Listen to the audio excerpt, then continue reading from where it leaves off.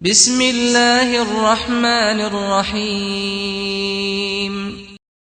بسم الله والحمد لله والصلاة والسلام على رسول الله نبينا محمد وعلى آله وصحبه أجمعين ومن تمسك بسنته إلى يوم الدين ثم أما بعد الحمد لله على نعمة الإسلام والسنة. All praise and thanks belong to Allah for guiding us to Islam and for guiding us to the Sunnah. حدثني جماعة من الشيوخ بإسناد كل إلى سفيان بن عيينة عن عمرو بن دينار عن أبي قابوس عن عبد الله بن عمرو بن عاص رضي الله تعالى عنهما أن النبي صلى الله عليه وسلم قال: الراحمون يرحمهم الرحمن ارحموا من في الأرض يرحمكم من في السماء.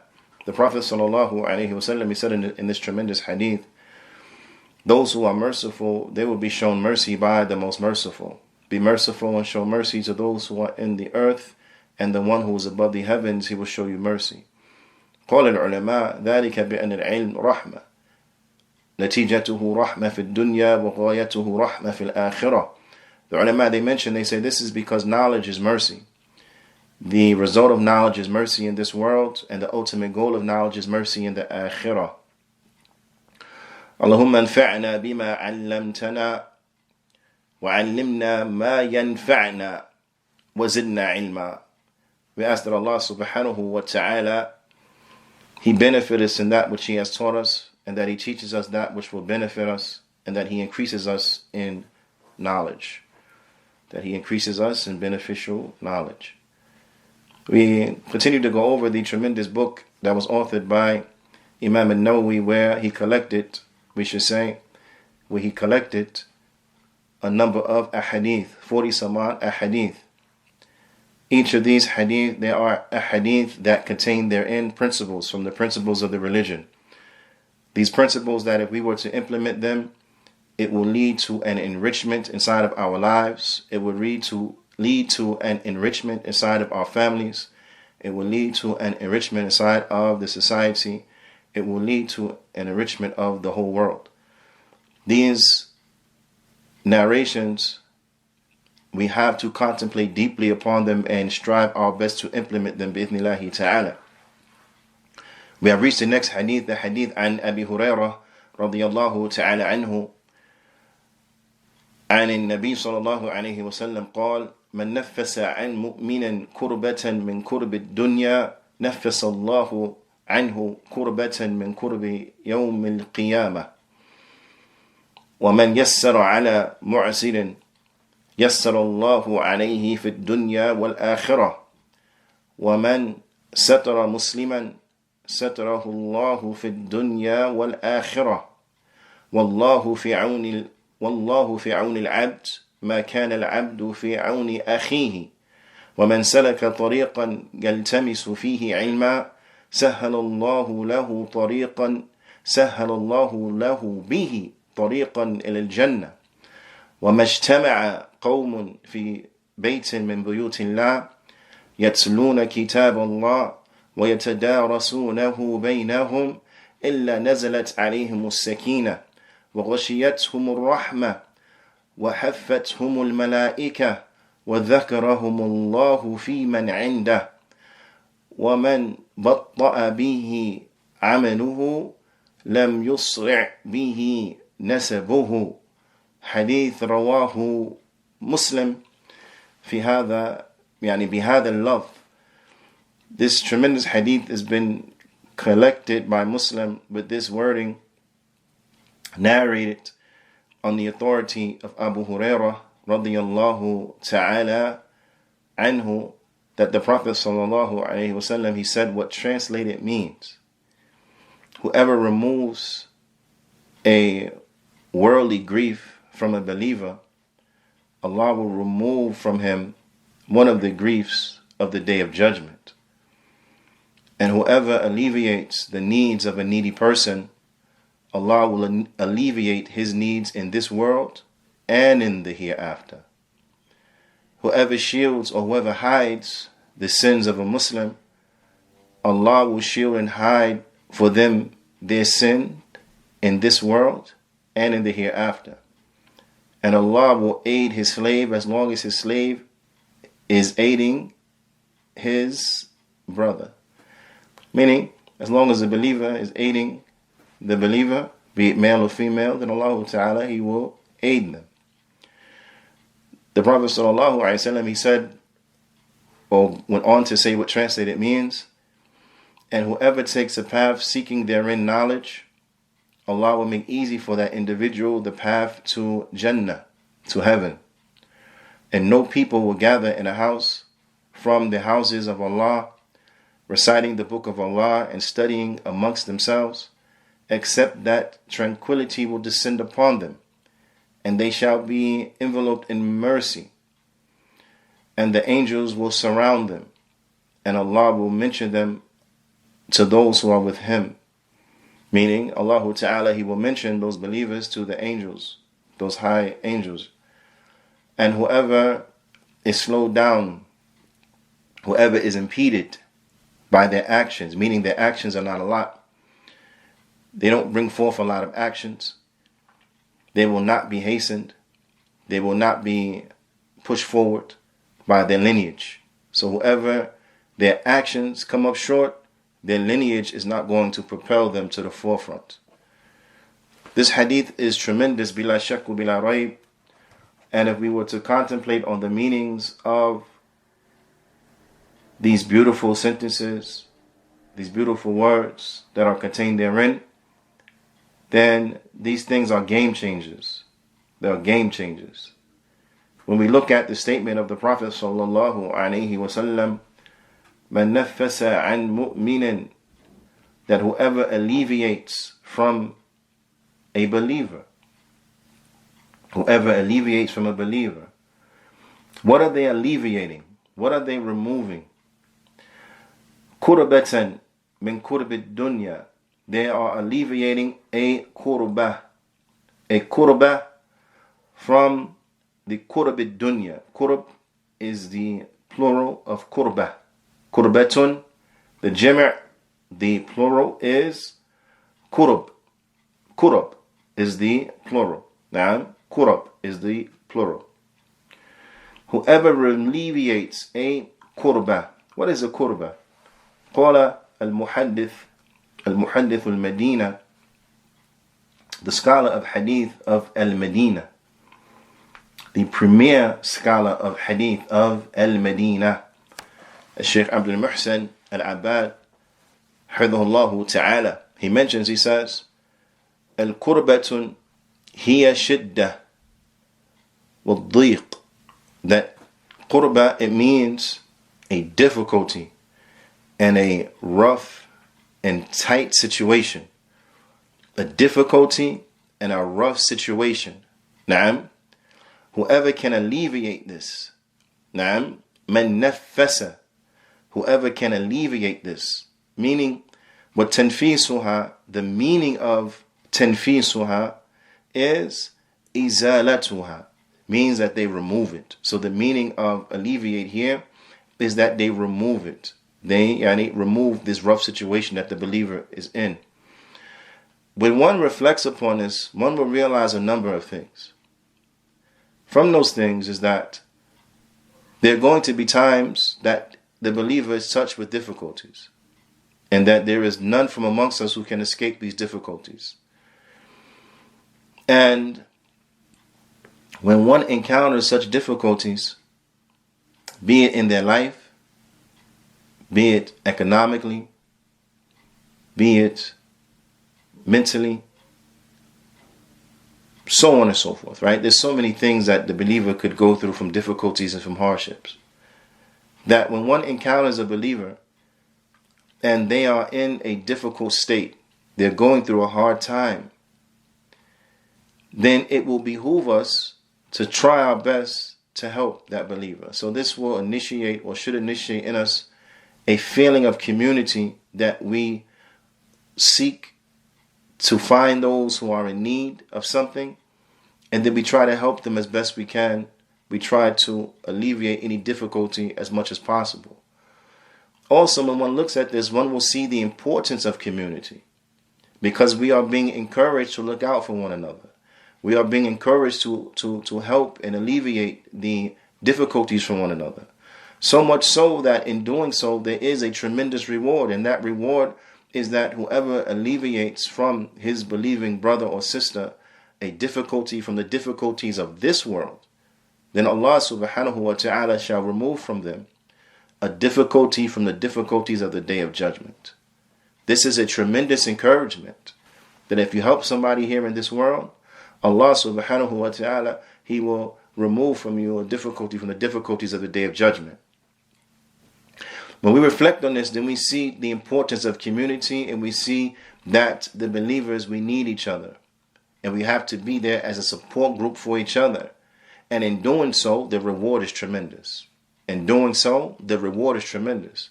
So now I want us to reflect upon this one sentence. I want us to reflect upon this one thing, is that if we were to do this, how much of an increase will we see in our communities? If we were to implement this, how much of an enrichment will we find inside of our communities and inside of our societies? Now, this is something that we have to contemplate on, and we have to reflect over and consider. The Shaykh, he goes on and he mentions, he says, Al-jaza'u ala tanfis, that the reward for removing kurbatan fit dunya, the reward for removing a difficulty from the difficulties of this world.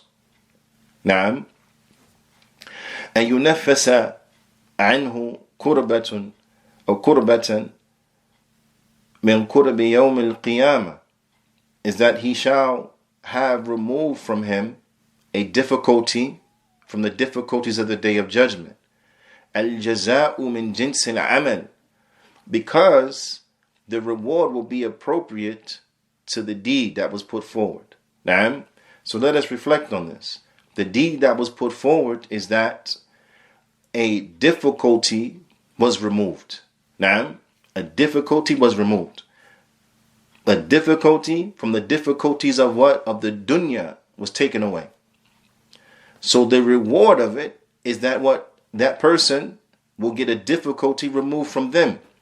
But this difficulty that is removed from them, it is not a difficulty of the dunya, but rather it is a difficulty from the difficulties of the Day of Judgment. That is the difficulty that will be removed from them, because they removed a difficulty from the believer in this world. Again, I want us to reflect on that. That is something that is serious. That if we help somebody out, if we aid a believer in the removal of a difficulty from the difficulties of this world, then as a reward, a difficulty from the difficulties of the Day of Judgment will be removed. When one thinks about this, right, one sees that as believers, there is great reward in being helpful and helping others. Also, one sees that this great opportunity is one, unfortunately, that is squandered. And this great opportunity, unfortunately, is one that we do not go out in search of. When one hears this, right, and I really want to stress this because I want the believers really to take this to mind, take this to heart, and to really strive to change, right? Because when we look at this, we see that it is in our best interest to seek out the believers who are going through a hard time and then to help them. That's in our best interest. Naam, bila shak wa bila raib, it aids our brother, it aids our sister who's going through a difficulty. Naam, and if we help in the establishment of this, this becomes something normal in the Muslim community, then this will in turn help us when we fall into a difficulty, because the Muslims will be acclimated to implementing this hadith, will be acclimated to implementing this prophetic guidance, and that is by looking to help people. So we are upon the receiving and we need to be helped, then we will, because we've fallen into a difficulty, then we will find those who will be more than eager to help us in our difficulties, right? So this is a win-win situation. This is a win-win situation. Everyone wins in this situation. The one who is in need of help, they win because they get help. The one who is in need of having a difficulty removed, they win because they get a difficulty removed. And the one who helped, helped in the removal of that difficulty, they win because Allah will remove from them a difficulty from the difficulties of the Day of Judgment. It is a win-win situation, right? So, it just begs one to imagine and to ask, what benefit is it and is there in being selfish? Where is the benefit in being selfish? Where is the benefit in only looking out for oneself? Where is the benefit for only concerning oneself to one's family? Where's the benefit from this? I mind my business mentality. Whatever happens over there, I'm not worried about that. I mind my business. I stick to myself. Where's the benefit in that? Where is the benefit in that? And what's the dalil for that? What's the dalil that we don't get involved, meaning in helping people? What's the dalil that we don't get involved when it comes to looking for Muslims who need something so that we can try to help them with it? Where is the proof that encourages us to be like that? But unfortunately, you find that this is the MO of a lot of Muslims currently, unfortunately, is that they only worry about themselves, right? And that's it. They don't seek to help anyone else. This is horrible.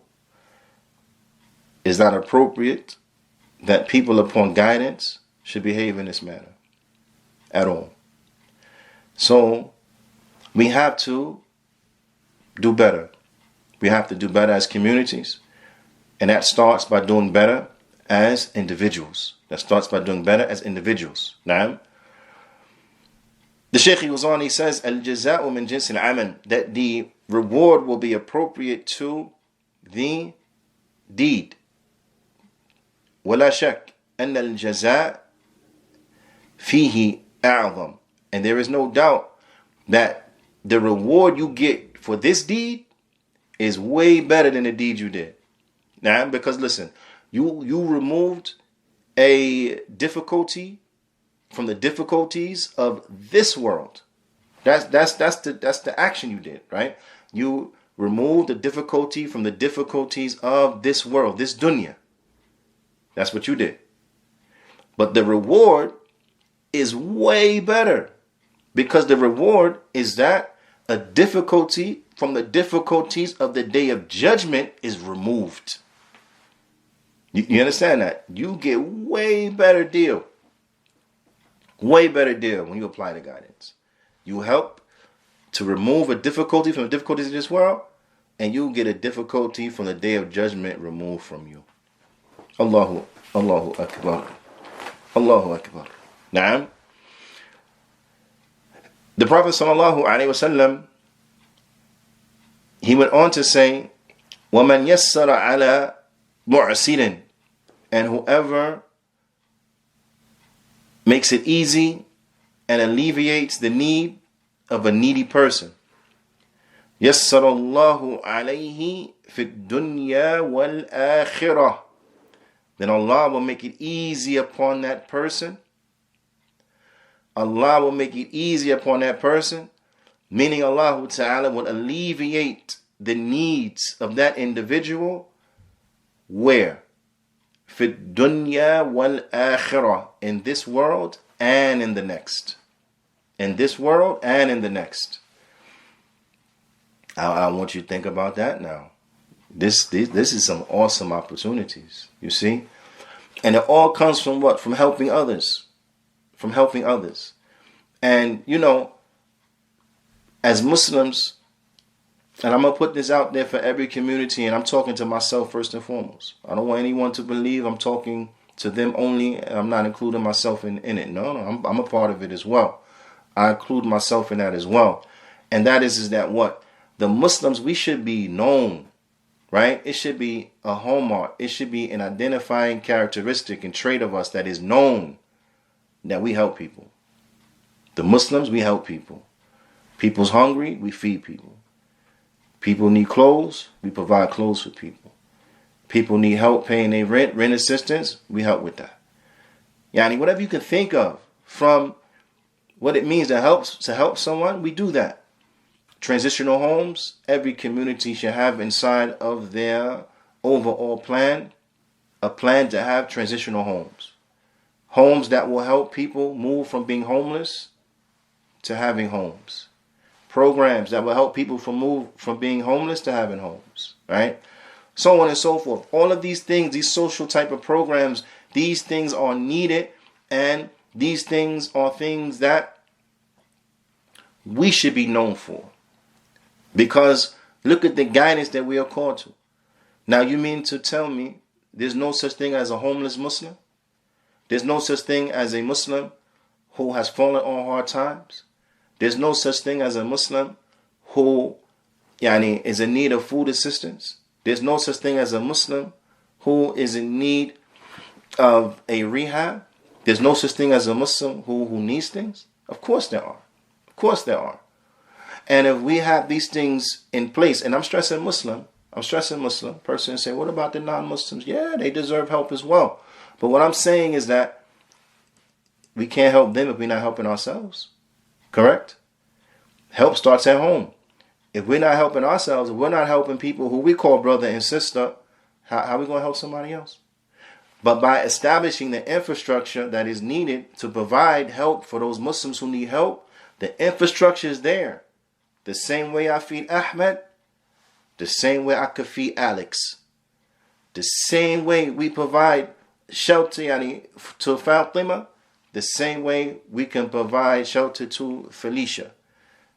We can help. But we have to put ourselves in a position that we are able to do so. So we have to take things a little more seriously. We have to adjust our glance. We have to adjust our perception and how we look at things. We have to do better and be better. Bidnillahi ta'ala. Now, of course, I don't want anyone to say, oh, we're talking about these social programs, that's needed, but what about Tawheed? Ya subhanallah. Tawheed comes first, comes in the middle, and it comes last. Tawheed is constantly there. Those things are given. That has to be in place. And we have to strive to make sure that those things are in place. So that which is needed, so that Tawheed could be propagated, so that the true Aqidah and Minhaj could be propagated, the true creed and methodology could be taught and spread. That's a given. We got to have that. But I don't want you to become of those naysayers, oh listener, who will think that this is to the detriment of that. No. Who says we can't establish institutions where the proper Aqidah is taught, where the true monotheism is taught and is spread, where the true belief is spread and is taught, and people are educated about their religion with a quality education? And then at the same time, that same community is a community that has a soup kitchen, is a community that has a food pantry, is a community that provides all types of needs for people. Right? You can do them both. Who's to say if you do one, you can't do the other? What are you talking about? The Prophet, I said to him, the same one who taught us to and teach from me, even if it's one verse. Even if it's one verse, teach the Aqidah, teach the Tawheed, teach the Minhaj. Did he not, sallallahu alaihi wasallam, also encourage us with helping people? Naam, it's all from the Sunnah, it's all from the Deen. So we don't, even with prioritizing, we prioritize. Let's not. I don't want you to confuse that. We prioritize. And what comes first comes first. Bottom line, what comes first comes first. That's it. No, we don't argue about that. However, on that list, somewhere on that list, is what is establishing the infrastructure so that we can help people and be helpful. Because in doing so, we help ourselves. Now, and it's not to call to be selfish, but I'm just drawing the reality to the situation. When you help others, in reality, you're helping yourself. When you make it easy for others, in reality, you're making it easy for yourself. When you alleviate difficult situations from others, in reality, you're just helping yourself to get a difficult situation removed from you. The Prophet sallallahu alaihi wasallam, he said that what translated means, and whoever makes it easy and alleviates the need of a person in need, then Allah will alleviate their need in this world and in the hereafter. The Shaykh, he mentions, he says, هذا أيضا الجزاء فيه من جنس العمل. He said this also, you find in it that the reward is appropriate to the deed. The reward is appropriate and in relation to the deed. You made it easy, you alleviated a need, so then you will have a need alleviated from you, and things will be taken easy upon you. So, take it easy. Take it easy by being easy with others. Take it easy by being easy with others. Be easy on yourself by being easy to others. العمل هو تيسير على المعسر. The action is alleviating a need or taking it easy upon a person who is in need. وذلك بإعانته على إزالة عسرته. And this is by helping him and to remove their difficulty. This is by helping them to remove their need, that which puts them in a situation of need. So you help in alleviating that. You help in removing that. And this is something important. Again, it goes back to having an infrastructure by way in which that we can do that. Now, of course, as individuals is a lot easier. You set that stuff up for yourself. Yeah? Put yourself in a situation where you can help others. As communities, it requires a little more effort, a little more organization, but it's not hard to do. It's not hard to do. But we have to have the will and we have to have the desire to want to do it. And we have to put forth the energy and the efforts that are needed to get it done. Bithnillahi ta'ala. Anything shy of this really is no excuse. Because anything shy of this, then what's the point? To have beautiful masajid, right? Beautiful rug, it looks pretty on the inside and so on and so forth. Okay.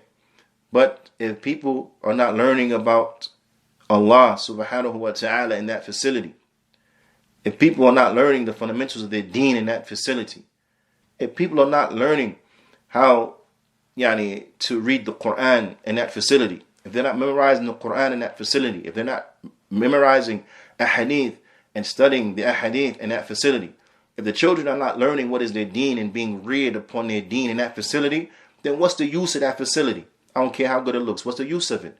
It's not functional. It serves no purpose if it's just there to look pretty. It serves no purpose if it's just there to look pretty. We have to get out of this mentality of brick and mortar type stuff. And we have to get into the mentality of serving the community. Serving the community by educating them properly. Now, serving the community by educating them properly. And then by establishing what we are able to establish as much as possible and helping them with their other needs. This is important because if not, then for what? If this is not what we're trying to do, then why are we trying to do anything? What are we doing then? What are we doing? You understand? Ala kulli hal. Again, I want everyone to think about this. I want everyone to really contemplate and consider this. I want everyone to get into gear and to ask themselves, what can I do to help and assist in the establishment of this? You understand? The Shaykh, he goes on to say, he says, فَإِنْ كَانَ, he brings an example. He says, إِنْ كَانَ مَدِينًا, if there's a person who is in debt. He's a person, he's in debt. He has a debt. سَعَدَهُ بِإِعْطَائِهِ مَا يَقْضِي بِهِ دَيْنَهُ.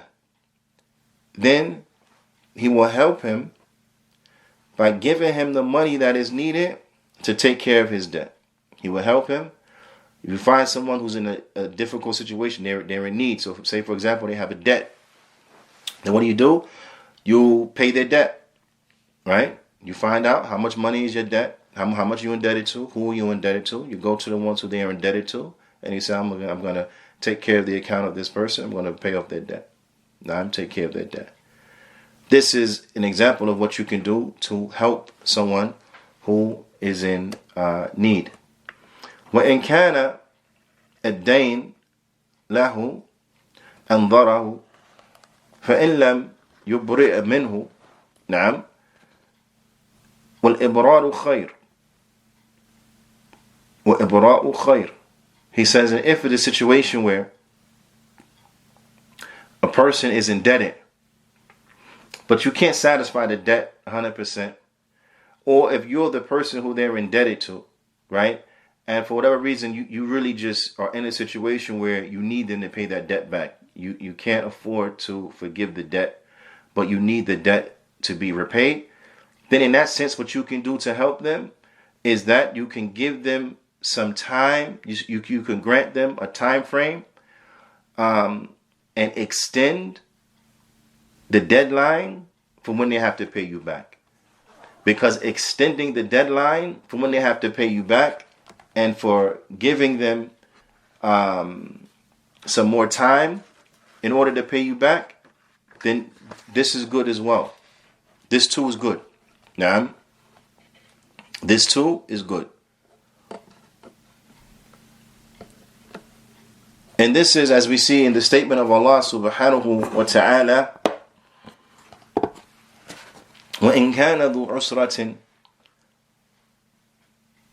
فَنَظِرَةٌ إِلَى مَيْسَرَةٍ. And if the debtor is in a hard time, they have no money at the time where it's time for them to pay back the debt, then grant them time until it's easy for them to pay back the debt. Allah subhanahu wa ta'ala goes on to say, وَأَن تَصَدَّقُوا خَيْرٌ لَكُمْ إِن كُنْتُمْ تَعْلَمُونَ. Allah ta'ala goes on to say, but if you remit the debt by way of charity, but if you remit the debt, if you forgive his debt or her debt by way of charity, then that is better for you, only if you but knew.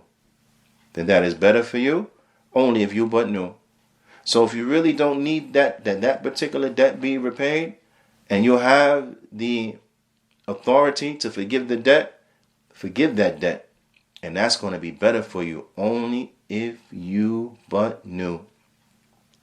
وَقَدْ بَيَّنَ رسول الله, the Shaykh goes on to mention, وَقَدْ بَيَّنَ رسول الله صلى الله عليه وسلم أن الجزاء على تيسير يحصل في الدنيا والآخرة. And the Prophet sallallahu alaihi wasallam, he made it clear that the reward for making it easy and taking it easy upon an individual by relieving the by alleviating the need of an individual is that you will have your needs alleviated in this world and in the next. It will be ease upon you in this world and in the next.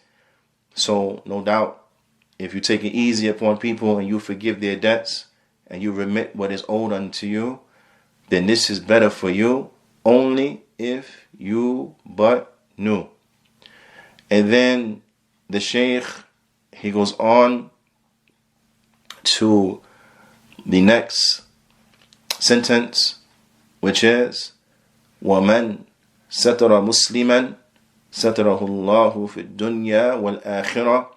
And whoever shields and they hide the misdeeds and the sins of a Muslim, then Allah will shield and hide their misdeeds and sins in this world and in the next. But inshallah ta'ala, we will take that inside of the next class. فنكتفي بهذا القدر وصلى الله وسلم على نبينا محمد وعلى آله وصحبه أجمعين وجزاكم الله خيرا.